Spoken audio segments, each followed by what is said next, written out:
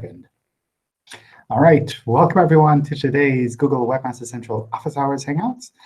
My name is John Mueller. I am a Webmaster Trends Analyst here at Google in Switzerland. And part of what we do are these Office Hour Hangouts, where webmasters and publishers can jump in, ask any questions that they're interested in around web search, and we can try to bring you answers. A bunch of questions were submitted already. But if any of you want to get started, feel free to jump on in. Yes, John. Can I start? Sure. So in a previous hangout, we have discussed a situation with a 302 hijack. And the loophole seems like very serious. And I have sent you an email with all the details, but unfortunately, I think that maybe it went to your spam folder because of the links, etc.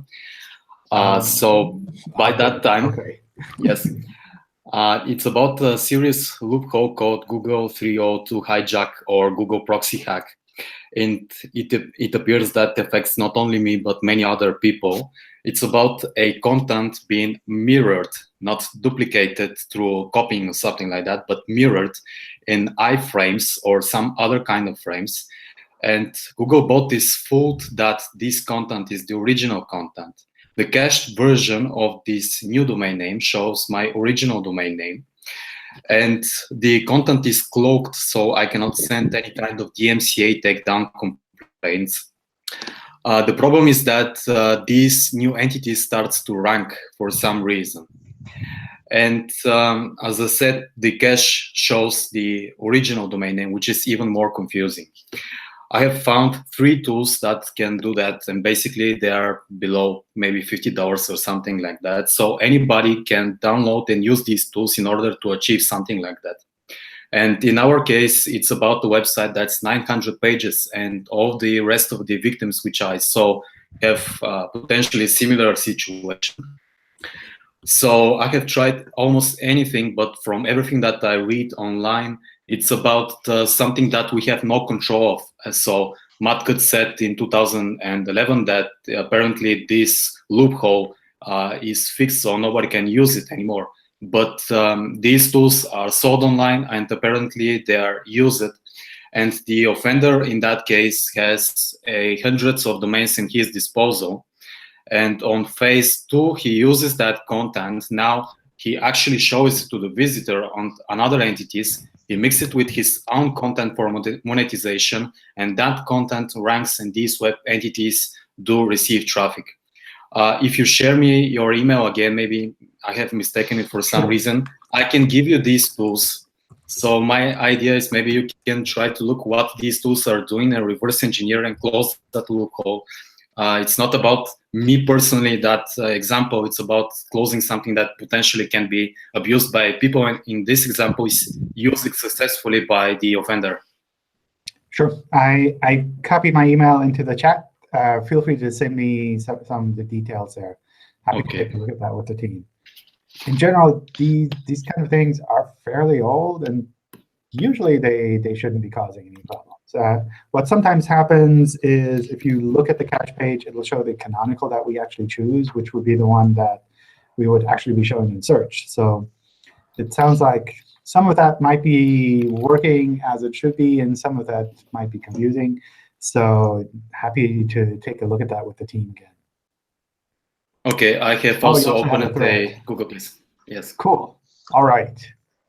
So I should have lots of information there. That sounds awesome. Cool. All right, let's jump in. Let's see, where do we go? Is unnecessary white space above the fold pushing content down a problem, possibly algorithmic penalty worthy? The white space is caused by a site design, not intentionally to push the content down. What screen size does Google use to determine the above the fold for mobile and desktop? White space like that is absolutely no problem. For us, it's more of a problem if above the fold is all advertising for other sites, where actually you go to that page and you think, well, why did I end up here? There's none of the content that I was looking for is actually visible on this page. So that's more of an issue, not Whitespace or design elements. If you have a big header image, those kind of things, generally those aren't a problem for us. What is Google's view on site-wide sidebar links? Is this good or bad for SEO, especially with sites that have a lot of pages?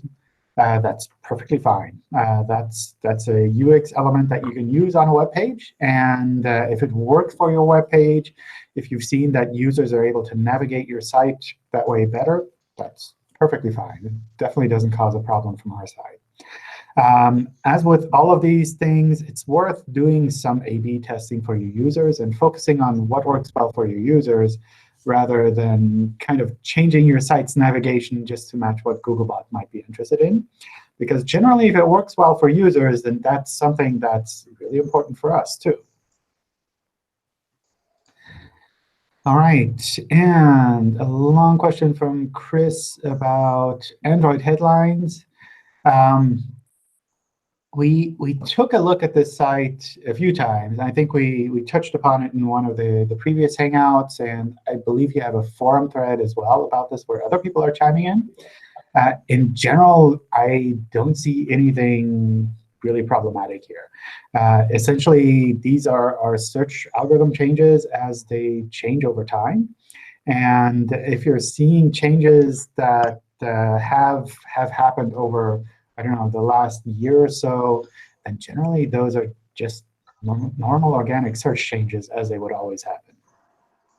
And that's something where there's nothing specific we'd be able to point out and say, this line in your HTML is a problem for us, or this is a bug in our code. It's more a matter of us kind of ranking the site as we think it's generally relevant. And some of that might also play in with regards to how we think the site overall is relevant. So especially, I don't know if this is something that you're doing, but a lot of these kind of phone technology sites seem to be doing that. If you're aggregating content from a lot of other sites, if you're just rewriting news that have appeared on other sites, and that's something our algorithms might not consider to be the highest quality content. So the more you can really focus on making sure that across the board, the content on the website is of the highest quality possible, the more likely we'll be able to kind of show that a little bit more visibly in search. The other thing that I ran across when going through these escalations with some of the other people here is that for a large part, it comes across as your site being kind of as good as a lot of the others out there. So I think that's a good step. But on the other hand, at the same time, if it's kind of as good as all of the others, from a user point of view, why do we especially need to have your site in there as well?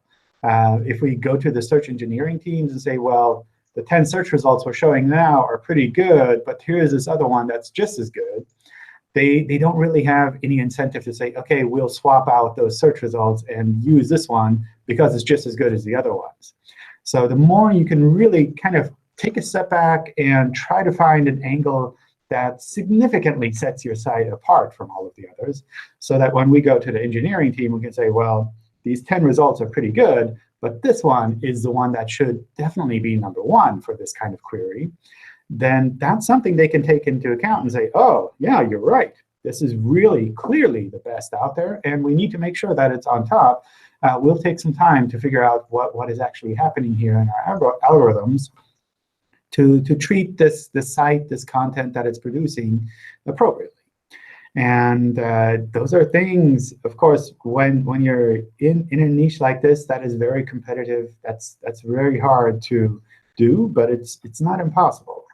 So I'd really recommend trying to take a step back and thinking about what you can do to significantly take your site to the next level, which might be new content that you produce, new angles that you kind of look into, maybe less content that's already out on other sites. All of these things to really kind of make sure that your site is really unique and not just similar to the other ones.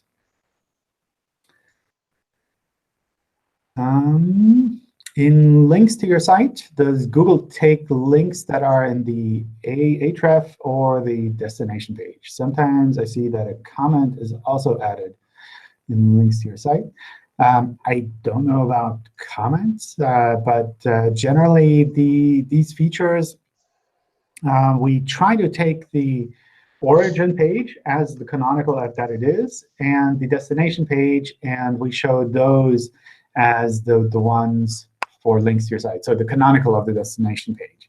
So those are kind of the pairs that we would use for features like this, where we say, well, this link goes from here to here. We would pick the canonical that is chosen from the source and the canonical of the destination and use that to highlight that in these tools. Hey, John, sorry to interrupt. What's the order we should go through the questions? Because my question was right in between all of these ones. I was wondering when will you get to it? I have a secret ranking algorithm. Gotcha. All right. It's not just Google search. Yeah. Let's see how far we can go. And otherwise, towards the end, we usually have time to go through more questions that come from you. Why do search results sometimes show a publication date and time instead of the last modification date and time? Wouldn't it be useful for the user doing it the other way around? That's something that we sometimes argue with the dates team, but I see there are good arguments both ways. And in our algorithms, we don't always pick like one or the other as the one that we would show there. So sometimes we feel that the original date makes sense to show, and sometimes it makes sense to show the last modification date, where we know that something significantly changed on this page that affects what the user is looking for. So I think there are arguments that could be made for both directions, and that's kind of why we try to be a bit flexible there with the algorithms. What are some ways to measure customer intent? I don't know. I don't have any good, short, clip-worthy advice with regards to how to measure customer intent. That sounds like a pretty big topic. So it's probably worth digging into some literature and other sites that have been researching this in the past. I get a message in my Search Console that my website has been enabled for mobile-first indexing. Not sure if it's related or not, but my website disappeared completely from the search results for most search phrases. I can't find any error. My website is responsive and usable on mobile phones. How can I find out what happened to my website's rankings? That should be more of a coincidence than rather related there. But if you want, you can definitely send me your site's URL, and I can double check to see if there's anything from a technical point of view that might be stuck there. All right, where can I send it to you, John? Oh, you're here. That's me. Awesome. OK. Yeah. Let me just pop my email address into the chat. Thank you very much. Cool. The thing is that it's not just that it dropped a few positions in the rankings, just completely disappeared on most of the keywords. And yeah, like my website is, I know the domain is like 12 years old, and it's like what used to be like one of the top players on the market on this area. So that's why it just vanished somehow completely. Cool. Yeah, I'm happy to take a look. I don't know if I'll have anything specific for you. Maybe these are just normal changes as they happen. Yeah, right. I would expect in this kind of situation that there will be some errors or something in the Search Console, right? Because it's not about just dropping like few positions. It's just I don't know. Yeah. If you're still here towards the end, maybe we can take a quick look directly as well. All right. Thank you. Cool. John, sorry, is it OK if I ask a mobile first question? Would that be OK? All right. Go for it.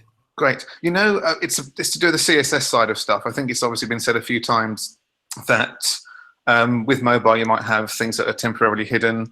You might have a hamburger icon or something to expand stuff out, and that Google is going to be intelligent enough to know what is kind of temporarily hidden on mobile. So you'll still rank for those things, albeit not quite as much if it's hidden to start with. I think I've asked the question in the past about how the algorithm will know the difference between content that is hidden but will appear when you click on something that kind of displays it, or will it be abused by people that just stuff huge amounts of content underneath that and it never expands? And I think your answer at the time was that's what the engineers are working on. But I've got quite a specific question around that to do with e-commerce sites, if that's okay. Okay. I think I mean, I run an e-commerce site, but I think what some people do, the thing is that when you have a description for a product, on mobile, you often don't want to display every single part of that description. I don't just mean the text. You might have dimensions, you might have some specifications, and often what you find is all this stuff is initially collapsed, and then you will click the title and it will expand, and that's how you see it. But there kind of tends to be two ways, or there are more ways than that, but there are two ways that this is often done. One is that you click it and it will expand it out, just a standard JavaScript kind of display none type of thing. Excuse me. And the other way is that what people will do is, because they don't want to have that hidden by default, they will put that content at the bottom of the page. And then what actually happens is you would click the title and it just does an anchor type of thing. It will scroll it down to the bottom of the page. So they kind of effectively achieve the same thing. But I think the latter is worse for the user, because the idea of having kind of all content at the bottom of the page and kind of scrolling down the page doesn't feel right. But at least the content is there by default to start with. Whereas the first option, where it actually expands out, makes, for me, more sense for the user. But it does mean, from a Google point of view, that the content isn't actually displayed when the page is first rendered. So my question for you is, of those two options, is there a particular one that you would say is better? I think from Google's point of view, both of those would be equivalent. That's something where you probably want to do something like A/B testing for your users to figure out if your assumption that scrolling down is really problematic, or if maybe it's not that problematic. I don't know. I don't have any insight into that kind of thing. But from a Google point of view, both of those would be equivalent. So Google wouldn't, for example, slightly lower the fact that something was hidden to start with. That wouldn't affect things in any way. No. Okay, brilliant. That was good. Yeah, in terms of the user side, that's fine. It was more, my question was, would a page that had it initially hidden kind of suffer slightly compared to a page that actually had it displayed, albeit at the bottom of the page? No. If it's in the HTML, in the sense that when the page is loaded, it's there, even if it's not visible, then that's fine for us. Fantastic, brilliant. Thank you very much. Cool. All right. My website has been around for a number of years. We recently revamped the site. Through this process, we updated all the page dates. The issue is many sites have copied our content over the years. When searching in Google for certain phrases from our site, we're seeing scraped content ranking above us. Can these instances of copied content result in a Google algorithmic penalty for our site? No. So you wouldn't see a negative effect on your site just because other people have copied your content. Obviously, it's tricky when copied content is ranking similarly or even above your website, but you wouldn't see a negative effect just because someone has copied content from your website. What tools do you recommend to find copied content? In general, content is copied all the time on the web, and our systems are pretty used to it, and we can generally deal with that. So unless you're explicitly seeing problems with regards to that copied content, then I wouldn't necessarily kind of spend too much time focusing on it and trying to dig it up. Because you'll always find various places where content is copied, be that just purely from a technical point of view, and that someone is maybe temporarily keeping a copy of your page, or keeping a copy of your page and referring to that, or maybe it's copied for technical reasons, and that you have things maybe on kind of a staging site, those kind of things. All of these different kinds of copied content are really common on the web. And if you try to dig in and find all of those versions, you can usually just keep digging and digging forever. And it's not really that productive. So instead of digging and digging forever to try to find all variations of all of the copied content, I'd recommend just focusing on the ones where you're actually seeing problems with. And if you're not seeing problems with regards to the copied content, then I would generally just let it be and just kind of move on. You have other things that are more important that are actually visible with regards to your website. With regards to scrapers ranking above your website, sometimes that's a sign that overall we have trouble understanding the quality of your website. So in particular, if a website has content in different variations of quality, and you can say, well, here's some really fantastic content, but here's a lot of really kind of iffy or problematic content maybe, then it can be difficult for algorithms to figure out where we should be showing this website across the board. So that might be one thing to look at there. The other thing might also be that there are issues on our side where we're trying to do the right thing, but for whatever reasons, especially if you just recently revamped your website, maybe we're having trouble understanding your website. Maybe we're having trouble understanding which site does this content actually belong to. For things like that, I'd recommend maybe going to the Webmaster Help Forum and posting some of the details that you're seeing. So ideally, things like fairly generic queries where you're seeing that a page that essentially is just copying your content is ranking well above your own website. And then people there can take a look at the different pages that are involved and give you a little bit of advice with regards to what you might be able to do there. That might be technical things. That might be quality things that you could do. That might be things like reporting it to Google in specific ways.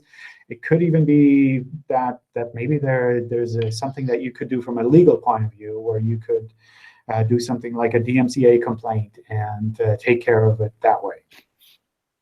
But there are various things that could be involved there. So I'd really recommend trying to get some input from people who've gone through this process before.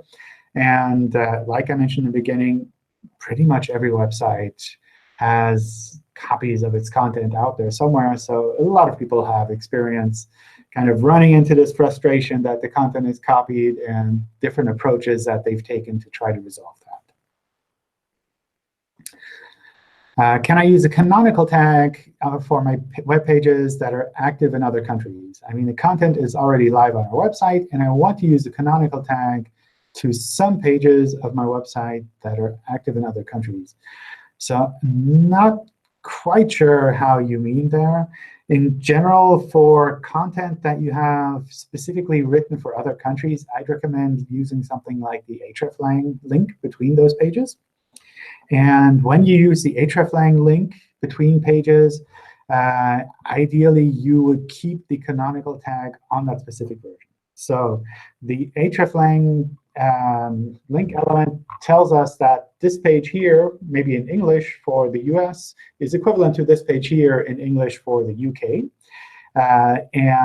Because we understand this equivalence and we can trust that link between those two pages, then we can show the appropriate version in the search results. And for that, it's important that we are able to index both of those versions independently. So if you use a canonical tag, the US English one should point at the US English one, and the UK English one should point at the UK English page. And that way, we understand that this is the canonical US English and the canonical UK English, and we have the hreflang link between those, and then we can swap those out on demand. So that's kind of the approach that I'd recommend there. We have some really good Help Center content on hreflang setups, so I definitely take a look at that as well. Sometimes getting started with an international website can be really tricky. So if this is something that is really critical to you, I would also recommend getting some help from maybe some consultants who have gone through this process before, who can give you some tips with regards to technical setups that you could be doing, or even whether or not it even makes sense to set up an international website in your specific case. I see our site ranking when I display 100 results per page, but when I switch it to default 10 results per page, it's not ranking. Why do sites rank or not rank based on the number of results? This is just happening on desktop. Just changing the number of results if the display changes, if we get an impression or not. So with regards to the last part of the question there, we show this as an impression when we show the site in the search results. So if a user opens the search results page and doesn't see your site, even though your site might otherwise be ranking in that page, if the user doesn't see it, we don't count it as an impression. So it has to actually be visible. With regards to 100 results per page or 10 results per page, I don't know exactly what might be happening there, but I suspect this is something that settles down over time, where we're maybe not quite sure which way we should be showing your site in the search results. And over time, that will generally settle down.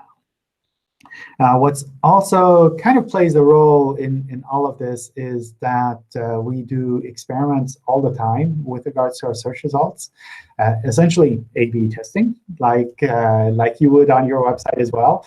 And it's very possible that when looking at things in one way and looking at things in a different way, that maybe you're seeing different experiments. And that could be resulting in kind of this temporarily visible or non-visible type thing that you're seeing there.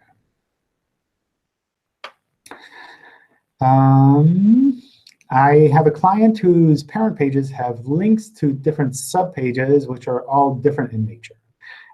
For example, a parent page can be everything about London, and subpage could be about hotels, restaurants, etc. Should we open these subpages in new tabs, or should we just open them all in the same tab? That's totally up to you. From a search point of view, that doesn't change anything. Would it affect our bounce rate of the parent page? Please point out any other impact that I might be missing out here. Bounce rate essentially depends on how you calculate the bounce rate for your site. People calculate bounce rates in slightly different ways. I don't know, for example, what happens when a user opens one page and spends 20 minutes reading that page and then closes it again. Is that a bounce, or did they get the information that they need? Essentially, what you measure as a bounce is totally up to you. And that's something that you can use as a metric to determine if your pages are doing what you would expect them to do. And for some pages, it's perfectly normal that a user goes in, and after 20, 30 seconds, they have the information that they need, and they leave. That's perfectly fine. Other times, a user might go to a website and click around a lot and still not get the information that they're looking for, which is a sign that maybe something is wrong. So from our point of view, this kind of the bounce rate there is something that is more relevant to your site for you to figure out where you can improve things, and for us from an SEO point of view. So then the bounce rate in Google Analytics doesn't technically hurt you? We don't use the information from Google Analytics at all for search. So if whatever you're collecting there is totally up to you, and it's useful for you, it's not something that you need to worry about for search ranking. Cool. Thank you. Thank you. Cool. Author bio link, is that really something that Google would consider as a parameter for ranking? Not that I'm aware of. So we used to have a program called authorship, where you could link to your author profile, and we'd be able to kind of show you the information that we know about you.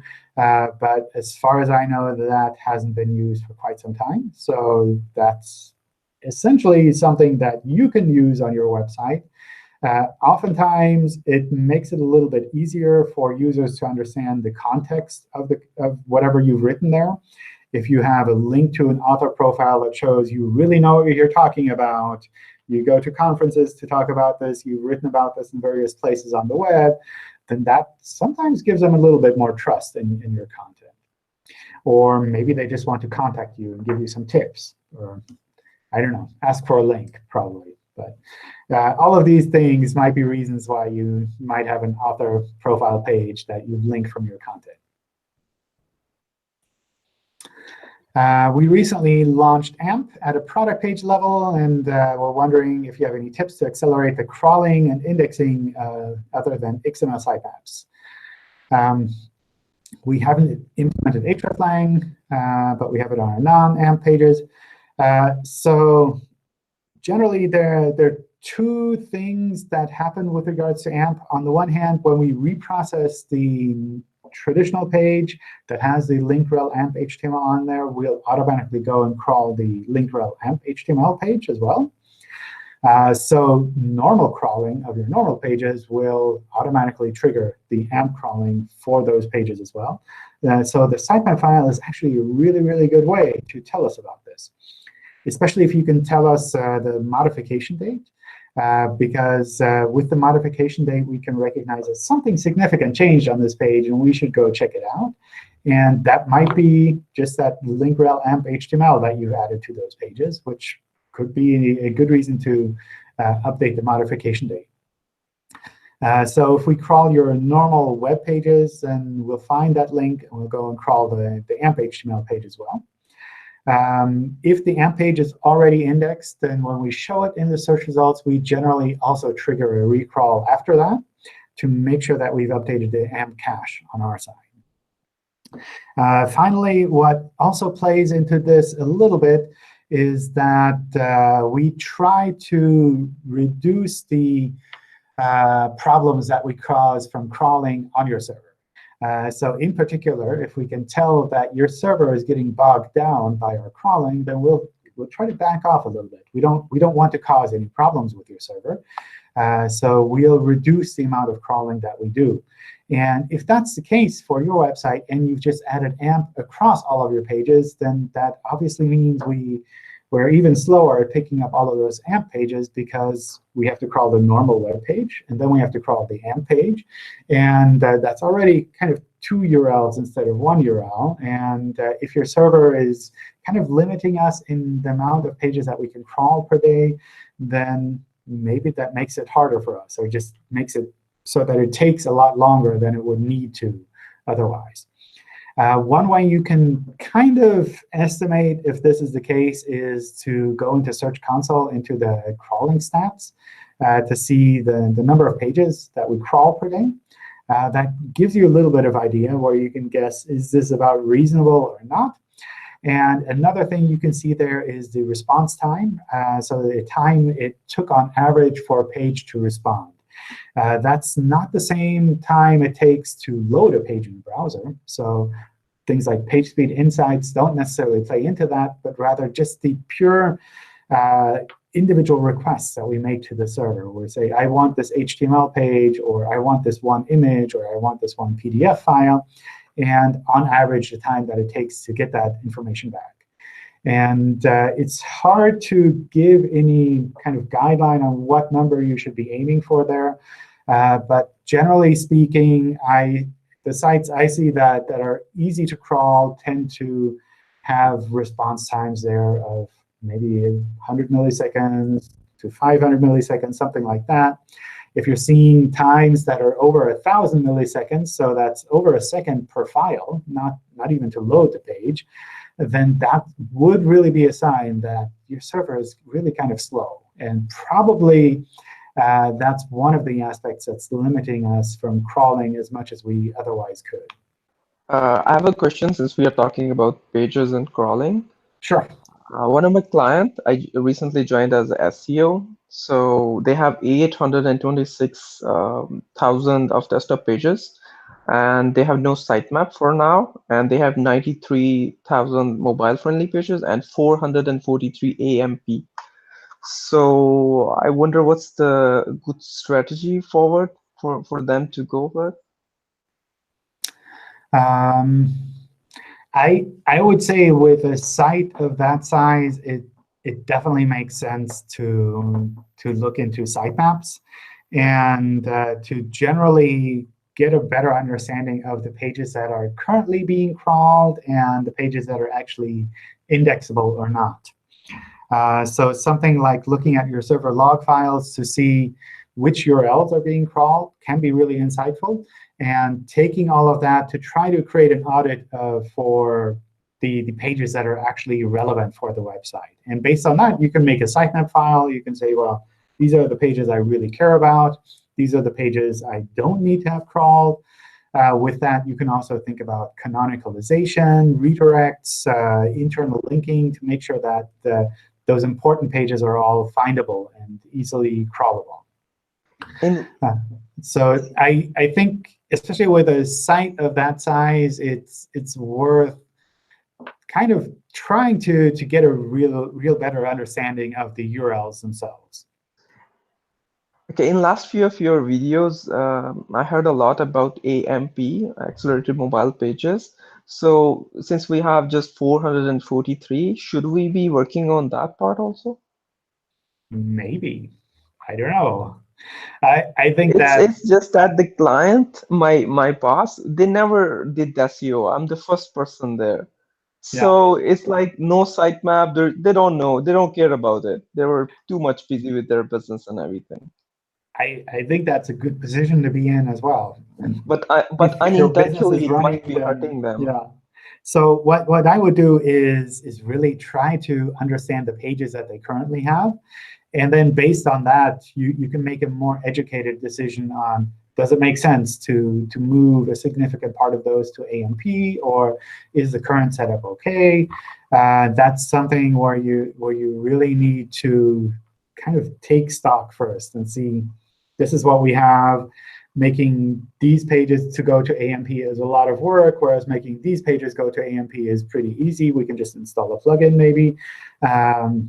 Do I do it here? Do I do it there? Do I just wait because maybe we will change to a different infrastructure? Or maybe these pages are actually bad and they don't need to have an AMP page.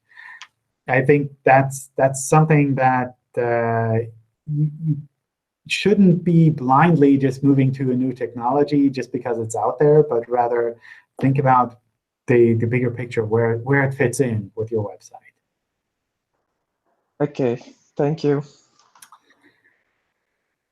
It would be easier if we could just say everything must be AMP, but like nobody has time to do everything. So you always have to figure out where does it fit in? Is it really something that makes sense for your website or not? Yeah, there was another question. Google recently introduced Speakable markup, but how do we know that Speakable, like for the home devices, like Alexa, you give a command, and then the device will play something for you. Is there any way to find out the volume of those commands people are giving to their home devices, Alexa, for example? I don't think we have any stats on that. Yeah, because if we are going to do something or spend time on implementing it, we need to know if somebody is actually asking the relevant questions.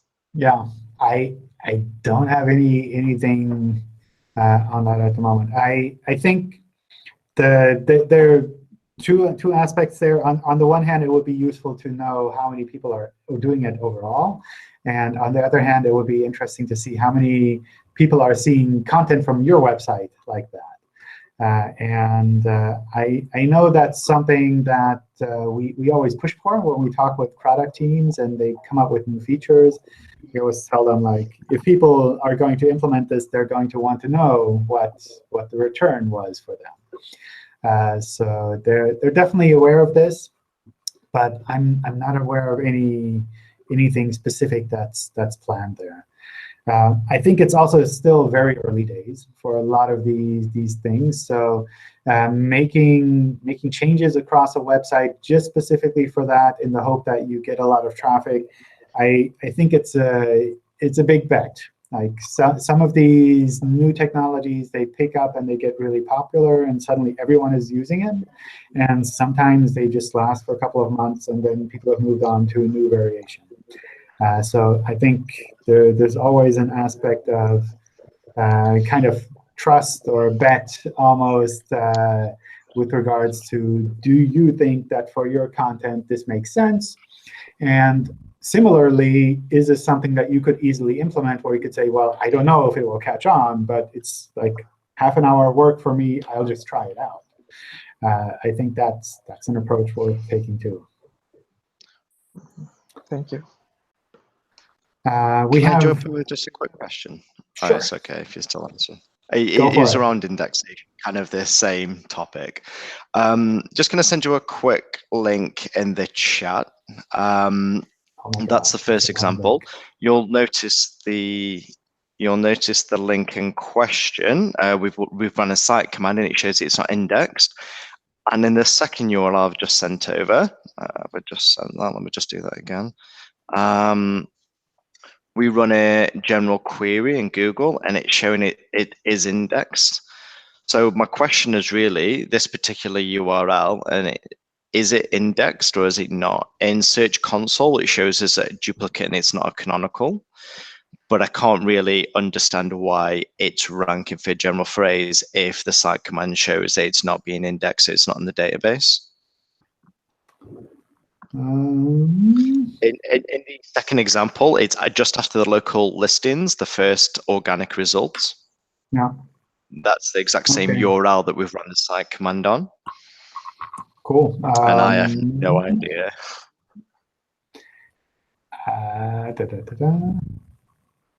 So if I search for it, I get a slightly different one. So one thing I see when I look at the cache page, it shows the /en page, whereas I think you link to the en/us page.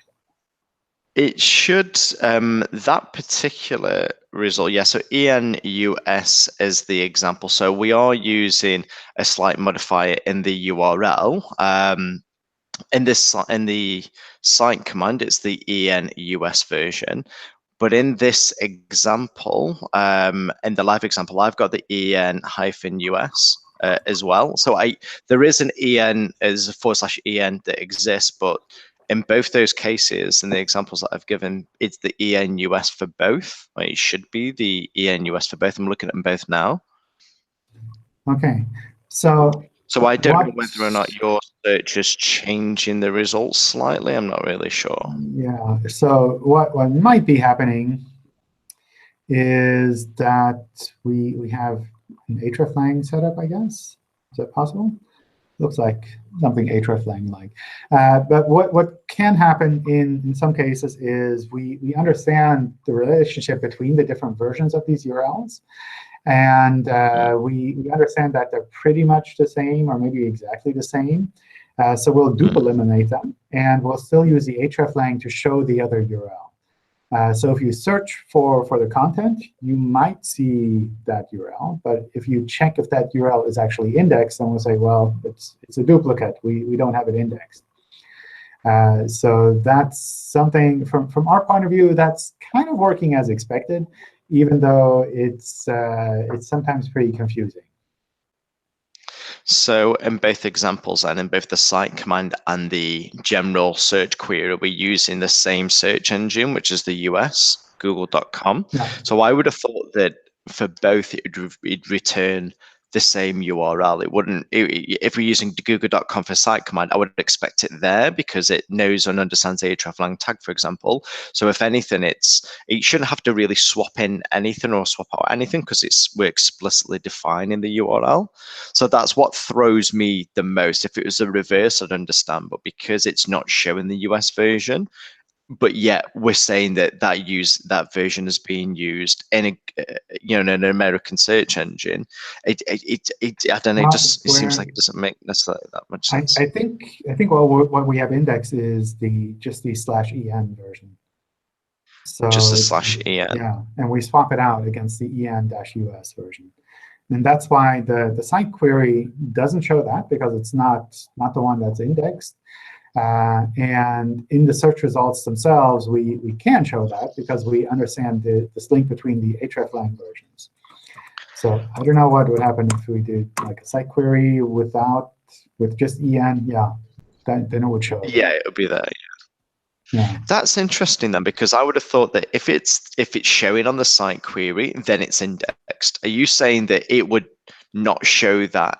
Are you saying it would show the URL even though it's not indexed?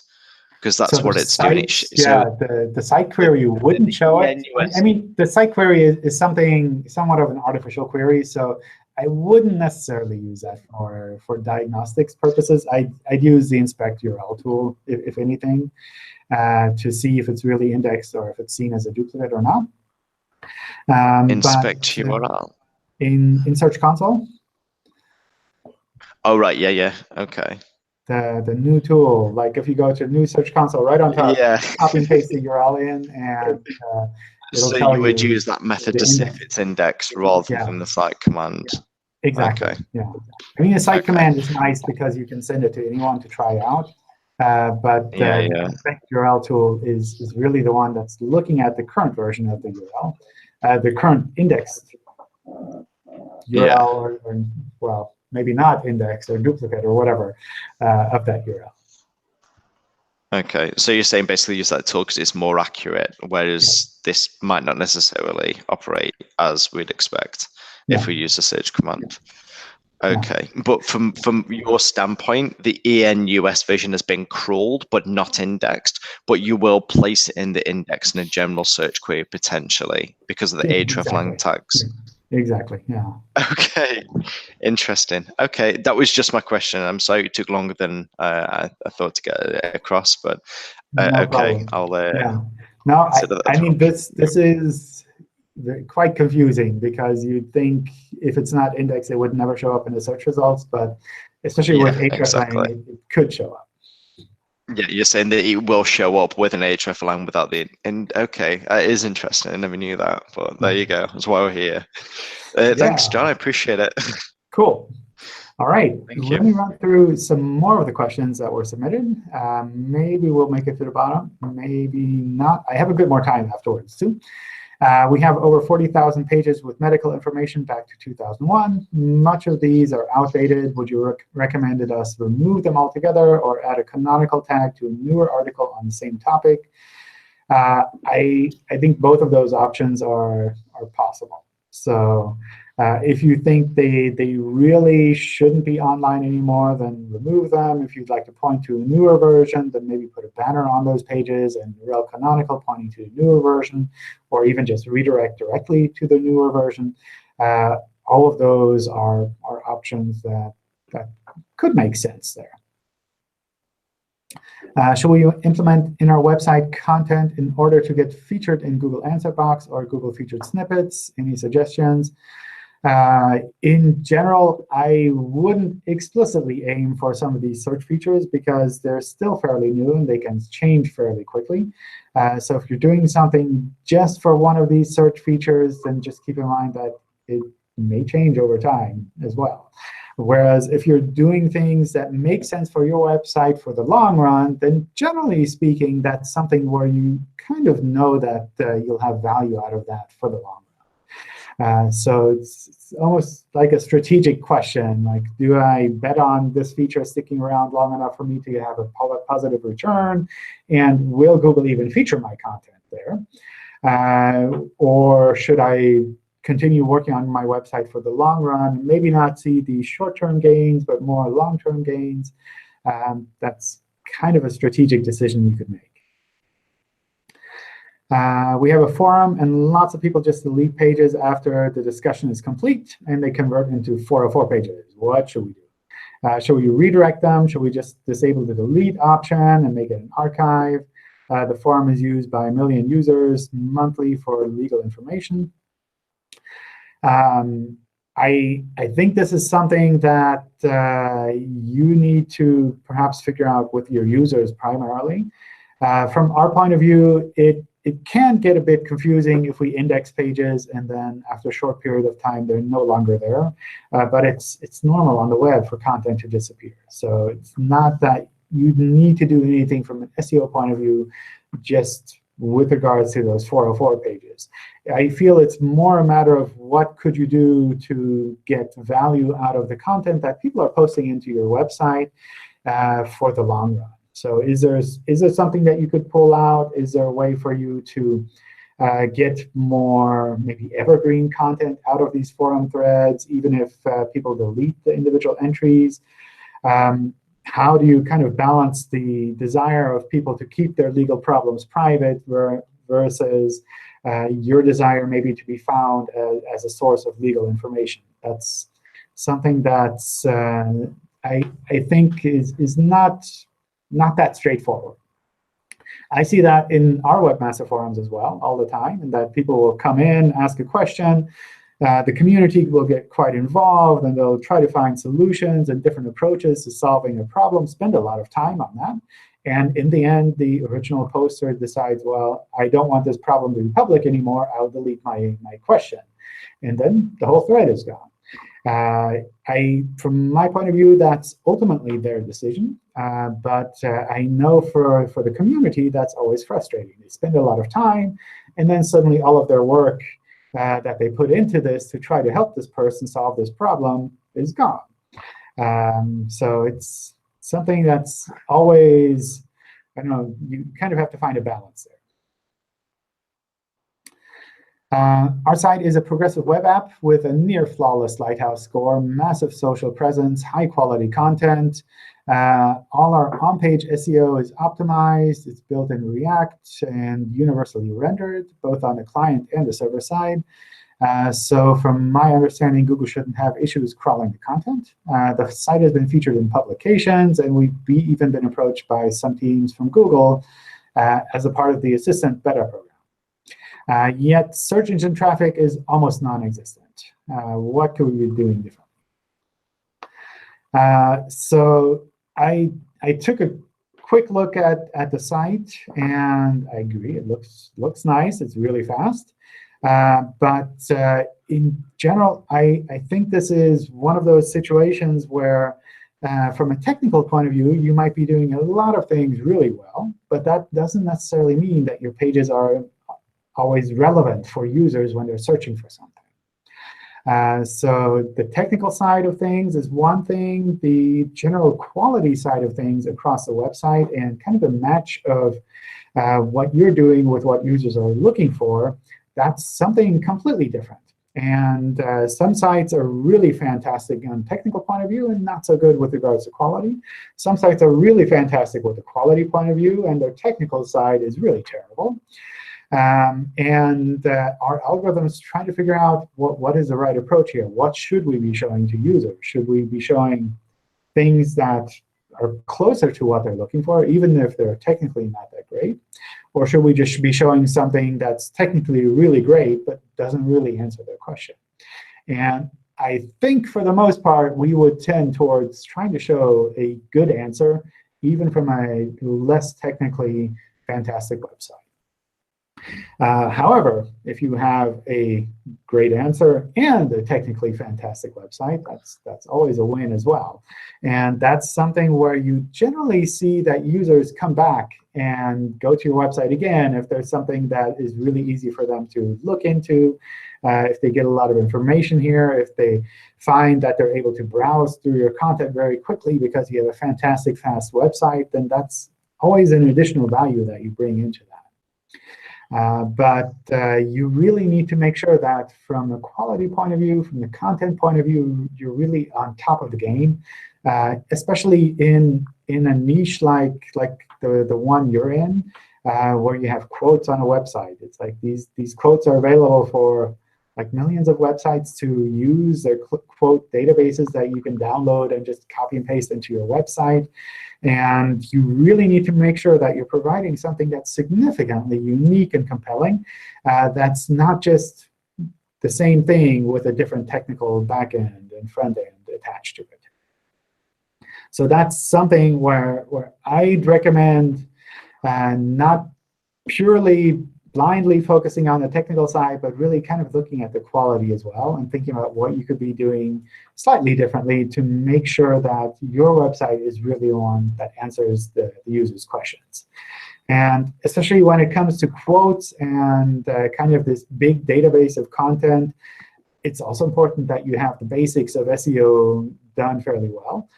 Things like titles and descriptions. That's one thing I noticed when I looked across your website, across some of the pages that we have indexed for your site, that sometimes the titles and descriptions are just pure, essentially filling in the blanks with a simple kind of, I don't know, script that's copy and pasting the individual words from one part of the page to another part. And those kind of search results don't really look that compelling. So even basic things like titles and descriptions can make a big difference. But especially if you're in a niche that is very competitive, you need to be more than just the same as the others. You need to be more than just technically really fantastic. We've identified over 1,000 instances of copied content, and we believe this is because our website suffered an algorithmic penalty. The DMCA tool only accepts one URL at a time. Is there a way that we can bulk upload the URLs? As far as I know, you need to submit them individually. But kind of as I mentioned before, it's worth thinking about which of these URLs are actually problems and which of these URLs are URLs that might just be known if you search explicitly for them, but don't actually show up in the search results for your website. So in most cases, that's not like 1,000 URLs that are ranking above your website for these individual queries.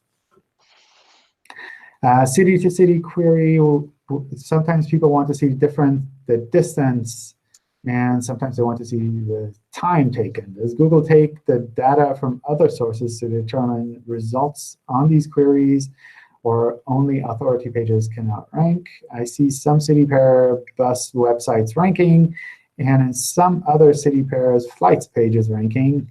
And also some pairs, I see distances like informative pages ranking.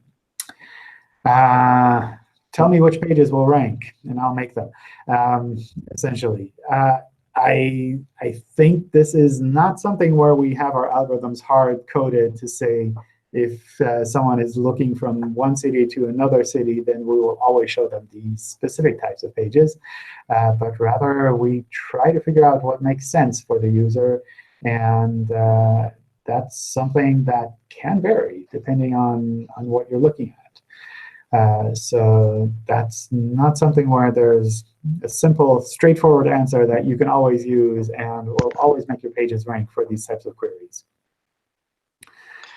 So loosely on that then, with Hreflang tags, is that, or Hreflang, does that come in after you've had a rank weighting? So someone searches for a query, Google understands what the page is about, how relevant, and gives it a weighting.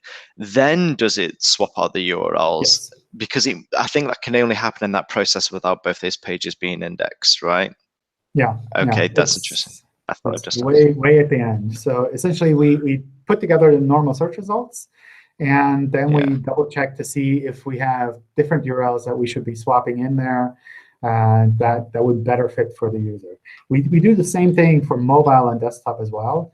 On mobile, it's a lot more common that the mobile version isn't actually indexed, but we know that it exists, so we can swap out the URL. Okay, but then in terms of content relevance, then you'd have to be looking in that language for that query, right? So would that then override the Hreflang tags anyway, if that has been indexed?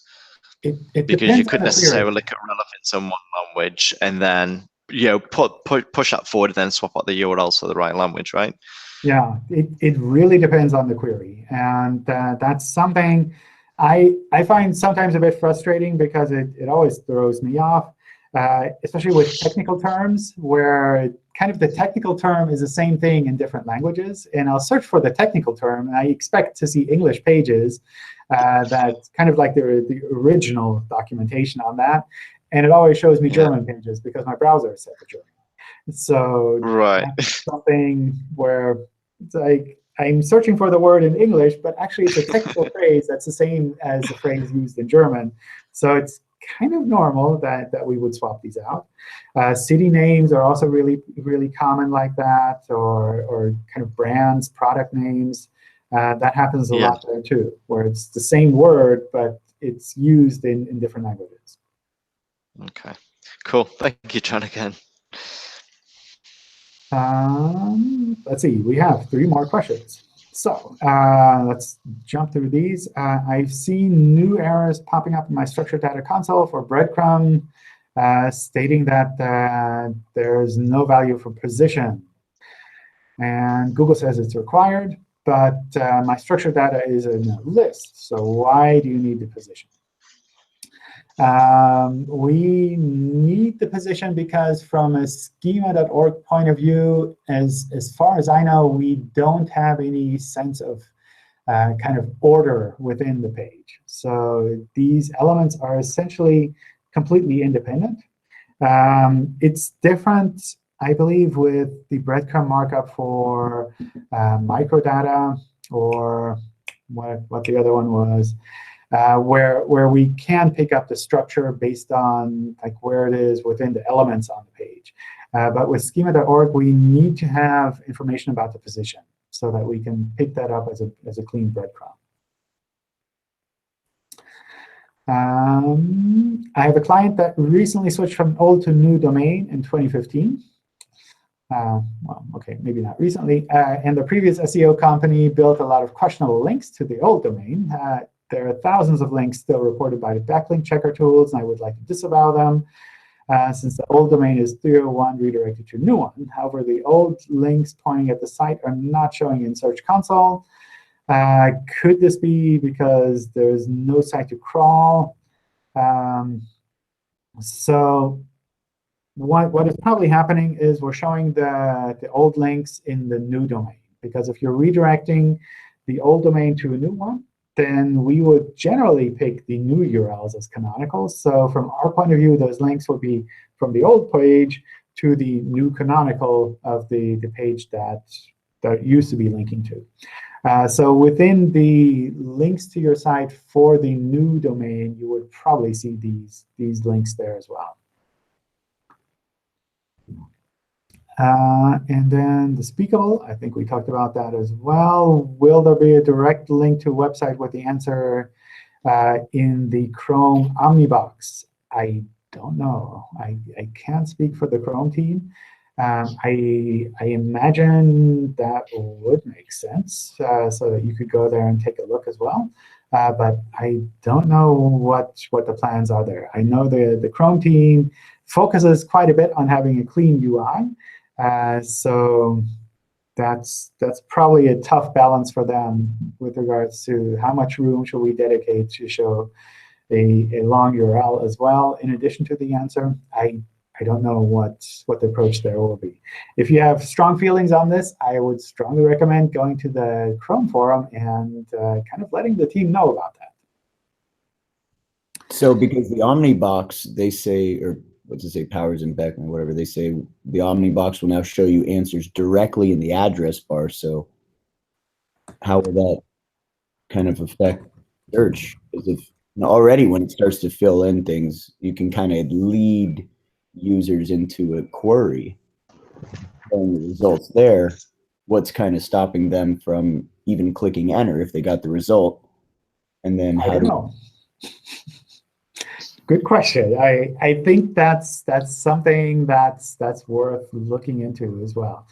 I know the Chrome team is not focused on preventing people from visiting websites. It's a browser essentially, so it's in their best interest to make it easy for people to go to these websites to get more information.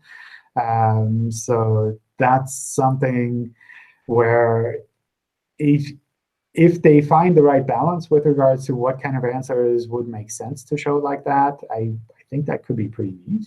But at the same time, it might also be that they run into situations where the answer that they show immediately in Chrome is either not correct, where users might want to have kind of more detailed information, or is too limited in that just providing this answer is not enough to satisfy what the user is looking for.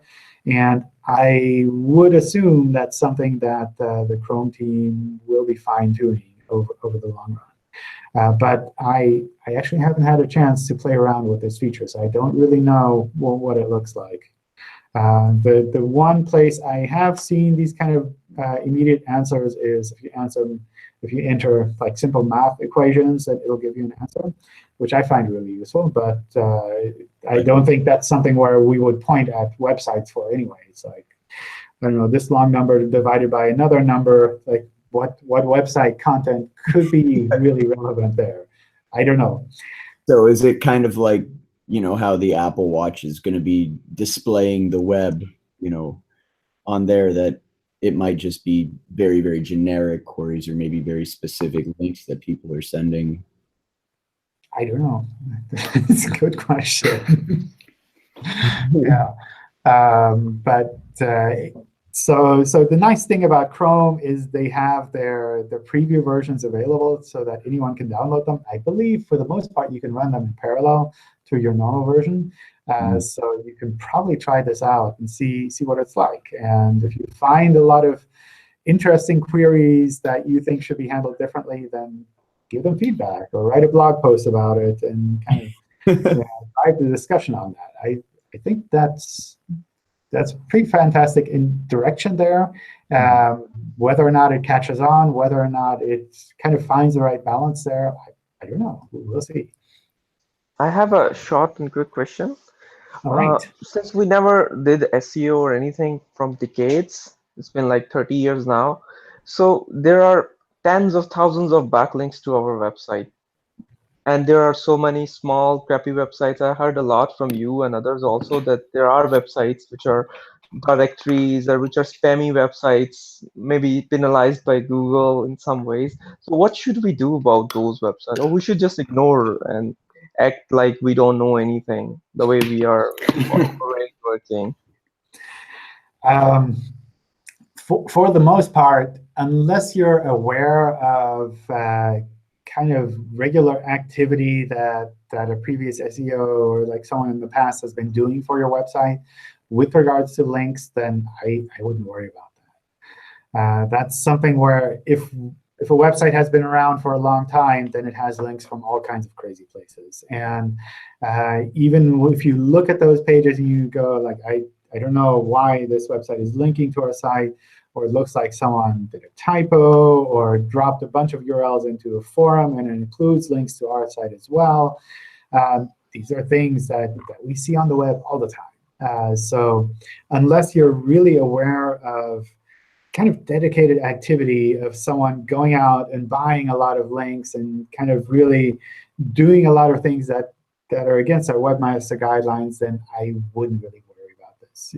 It's interesting to take a look from time to time, and maybe you can spot things that you should have cleaned up in the past. But for the most part, kind of this mix of weird web pages everywhere, linking to other web pages, I think that's just normal part of the web. Not something that you'd need to kind of go through with a comb and clean out all of the slightly unnatural ones that you run across.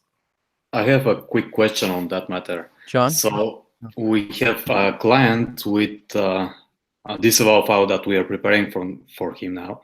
And the new Search Console is actually reporting very little links comparing to all the third-party tools. So the third-party tools are giving us extreme amount of links, so it will take a lot of time to audit each one of them. Would you recommend to use just the data from the Search Console? Is that just a sample? Because we have a debate here in the company. Some of us think that these are actually the links that matter. I'm on the other side, thinks that this is just a sample because apparently you don't want us to give us all the data. So what's your stance on that? And from other point of view, so we can afford to buy these tools, third-party tools, to do the link audits.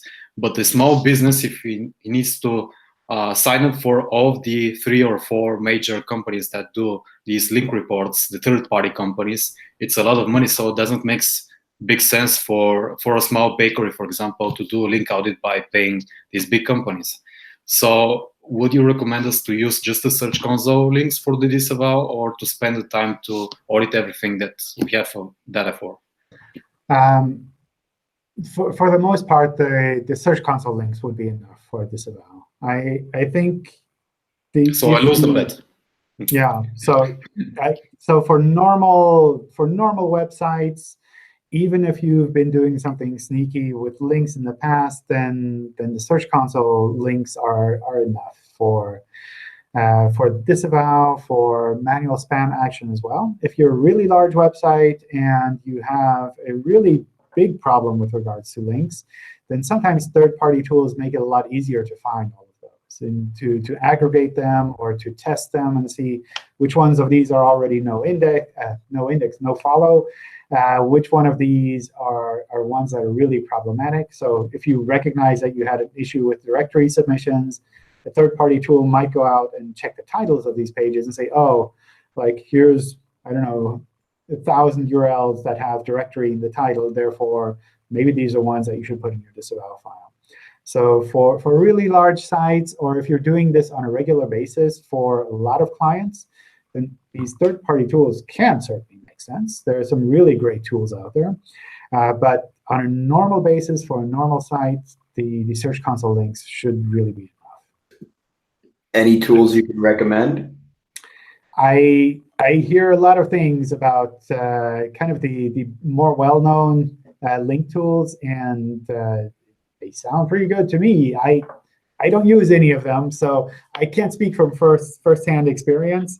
There are lots of really great people behind these tools. The technology behind that is sometimes pretty complex, and I think they're doing a pretty good job with setting these up and getting that data.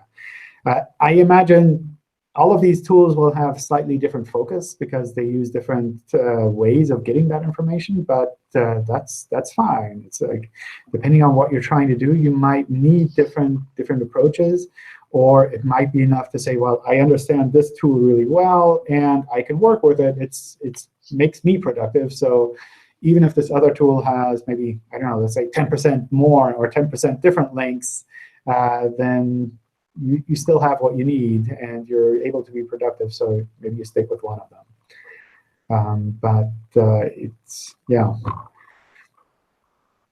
Do you use Lighthouse data from the extension other than the page speed score? So everything else that's shown there, do you use that for a ranking factor, or this is just for the user experience report? It's mostly for the user experience report. We use different metrics for the mobile speed ranking. On the one hand, some kind of calculated metrics like the Lighthouse test would be. On the other hand, also some real-world metrics like the Chrome user experience report has as well. So it's something where what we use for search and what we have in the tools doesn't match completely.